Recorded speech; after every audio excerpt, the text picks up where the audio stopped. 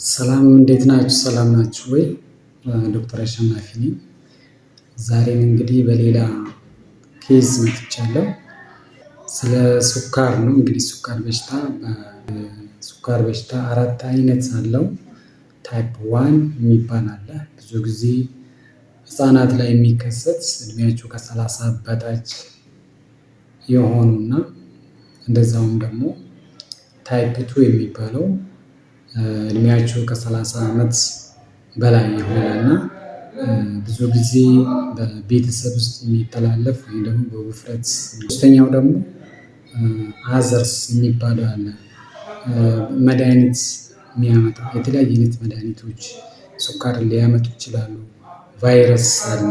ስኳርን አንዳንዴ ኢንሱሊን የምታመርተውን ፓንክሬስ የምትባለውን በማምታት ስኳር ሊያመጣ የሚችሉ ቫይረሶች አሉ።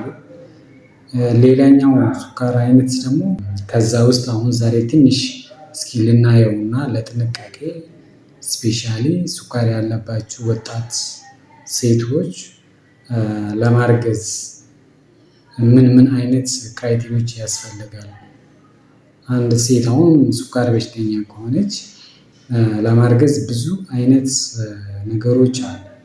ዝም ብላ አሁን መድኃኒቷን እየወሰደች የምታረግዝ ከሆነ ክትትል የሌላት ከሆነ በጣም ብዙ አይነት ዳሜጆች ሊመጣ ይችላል። እሷ ላይም ሆነ ልጇ ላይ ብዙ አይነት ነገሮች ሊመጣ ይችላል።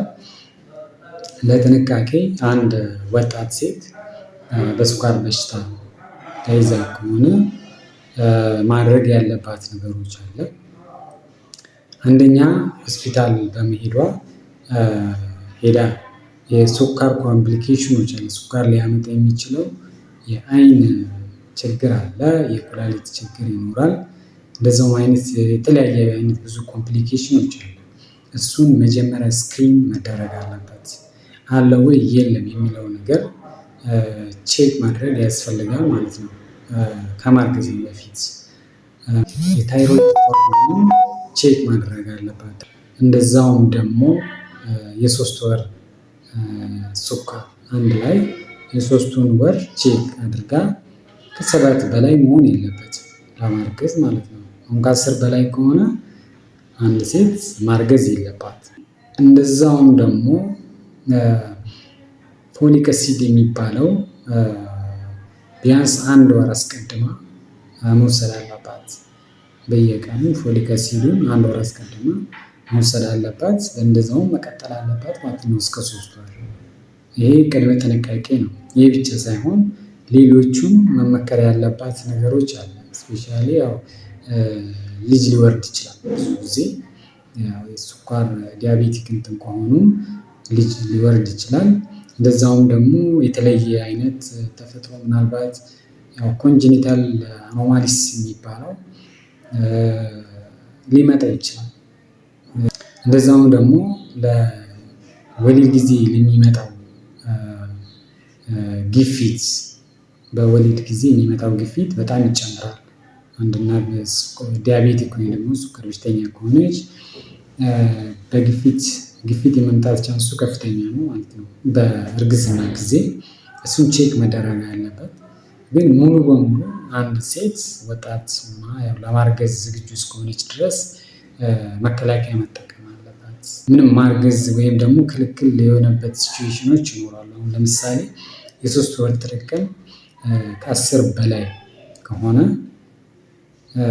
ከባድ ነው፣ ለማርገዝ ይከብዳል ማለት ነው። የአይን ችግር ያለባት ፕሮሊፌሬቲቭ ሬቲኖፓቲ ወይም ደግሞ የአይን ችግር ካለ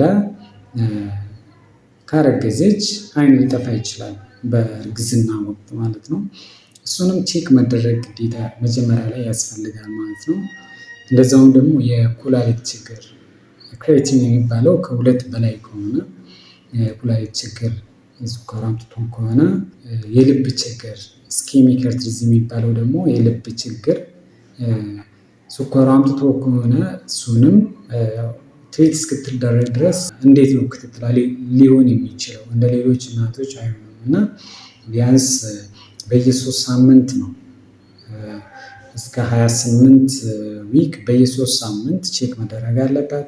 ከዛ በኋላ በየ2 ሳምንት መጨረሻ አካባቢ ደግሞ በየ1 ሳምንት እየመጣች ቼክ ትደረጋለች ማለት ነው።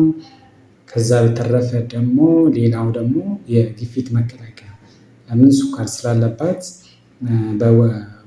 በእርግዝና ጊዜ ፕሪክላምሺያ የሚባለው ደግሞ ግፊት በእርግዝና ጊዜ የሚመጣውን ለመከላከል አስፕሪን የሚባለው መድኃኒት መጀመር አለባት ማለት ነው።